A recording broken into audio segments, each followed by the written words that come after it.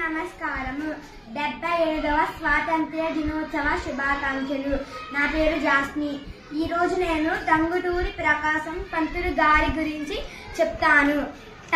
ఆంధ్ర కేసరి బిరుదాంకితుడైన టంగుటూరి ప్రకాశం భారత స్వాతంత్ర్య సమరయోధులలో ఒకరు. టంగుటూరి ప్రకాశం 1872వ సంవత్సరంలో ఆగస్టు 23న ప్రకాశం జిల్లా వల్లూరులో జన్మించారు. ప్రకాశం తల్లిదండ్రులు గోపాలకృష్ణయ్య, సుబ్బమ్మ. టంగుటూరి ప్రకాశం ఒంగోలు ప్రభుత్వ పాఠశాలలో చదివారు. గృహస్థుల ఇళ్లలో పారాలు చేసుకుంటూ చదువుకున్నారు. ఎల్లప్పుడూ మొదటి ర్యాంకులో ఉండేవారు. శ్రీ హనుమంత నాయుడు సహాయం వలన టంగుటూరి ప్రకాశం ఉన్నత చదువుకై రాజమండ్రి వెళ్లారు. చదువుల కన్నా నాటకాలు వేయటంలో ఆసక్తి కలిగి ఉండేవారు. మెట్రికులేషన్ తప్పారు.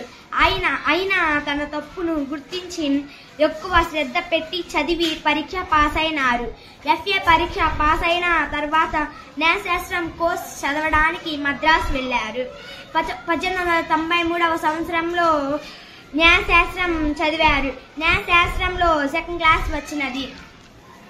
1894వ సంవత్సరంలో ప్రాక్టీస్ మొదలు పెట్టారు. బారిస్టర్ డిగ్రీ పొందడానికి 1901వ సంవత్సరంలో ఇంగ్లాండ్ వెళ్లారు. ప్రకాశం ఇంగ్లాండ్ నుండి ఇండియాకి తిరిగి వచ్చాక మద్రాస్ హైకోర్టు జడ్జిగా నియమించబడ్డారు.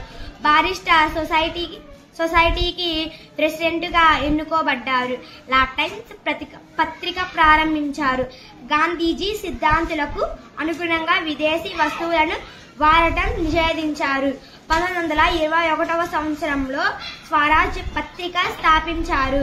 ప్రకాశం ఇచ్చిన slogan go back Simon commission అని 1924లో అన్నారు. 1924లో సైమన్ కమిషన్ మద్రాస్ వచ్చినప్పుడు ఆంగ్లేయులను ఎదిరించి తన చొక్కా గుండీలను విప్పి నన్ను కాల్చి చంపండి అన్నారు.